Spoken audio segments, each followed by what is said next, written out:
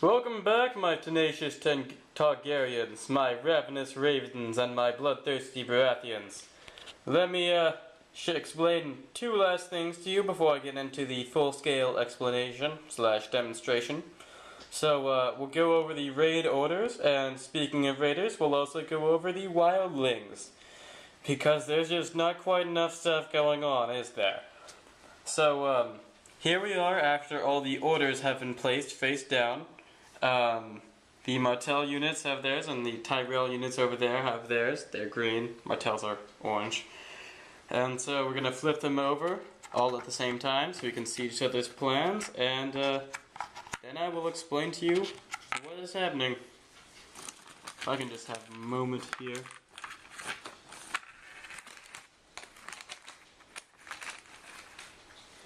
So, the Martells have played a raid order, which is this torch, as in like torch and burn, or I don't know, torch stuff. Just set it on fire.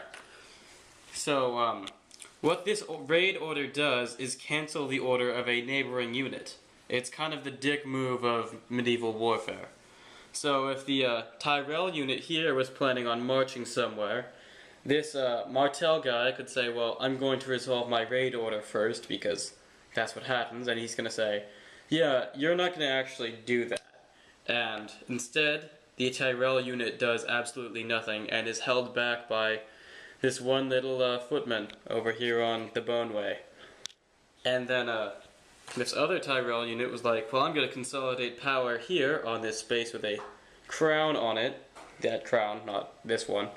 So I can get, remember, 2 influence tokens rather than just 1. So it's a better consolidation of power.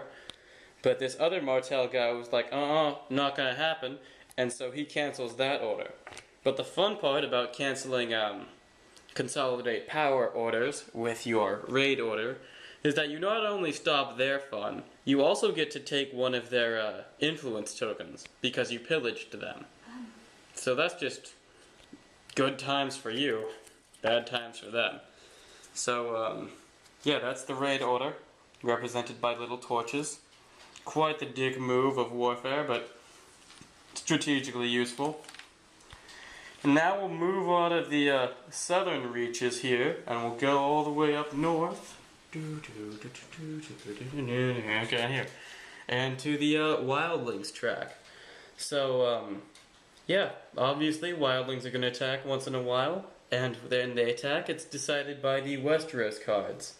Some Westeros cards have this little mammoth skull icon at the top. That represents when the Wildlings are gathering their forces and going to attack. They attack whenever their forces move to the 12 strength spot here, or when a Wildlings attack card is played. Who would have thought? So here they're already at 2, and so we see a Wildling icon, so we move them up to 4, and then the next Westeros card is Wildlings attack.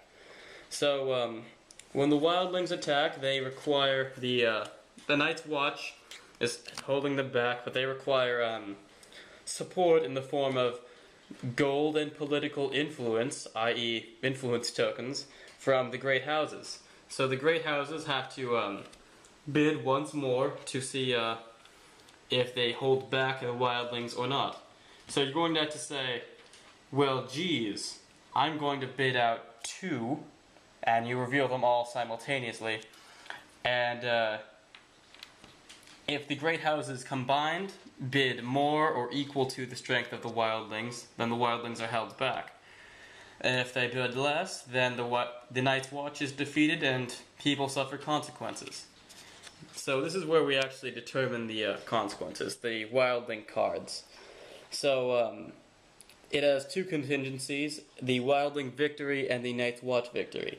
In the event of a Wildling victory on this one, i.e. all of the houses combined did not bid more than 4 tokens, 4, because it was there, then the lowest bidder will move his tokens to the lowest position on every influence track. So if you were representing House Martell and you bid like nothing at all, then all of your little Martell guys would move to the lowest position, which would kind of screw you.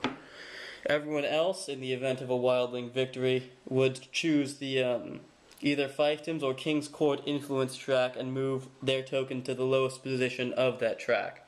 So it would set everyone back and shift everything up. But in the event of a Night's Watch victory, i.e. all of the houses bid more than 4 in total, the person who bid the most, so this is where you can put in your bidding strategies, the person who bids the most gets to move their influence token to the top of one influence track of their choice, and then gets to take the little benefit token from that, like the Iron Throne or the Raven or the Sword. So, yeah, so if you bid the most, then you can win, but if you bid the most and the Night's Watch still loses, you get screwed like everyone else. If you bid the least and the Night's Watch loses, you get screwed the most. So yeah, that's how you determine that. And that's going to be it. Tune in next video for the full-length demonstration.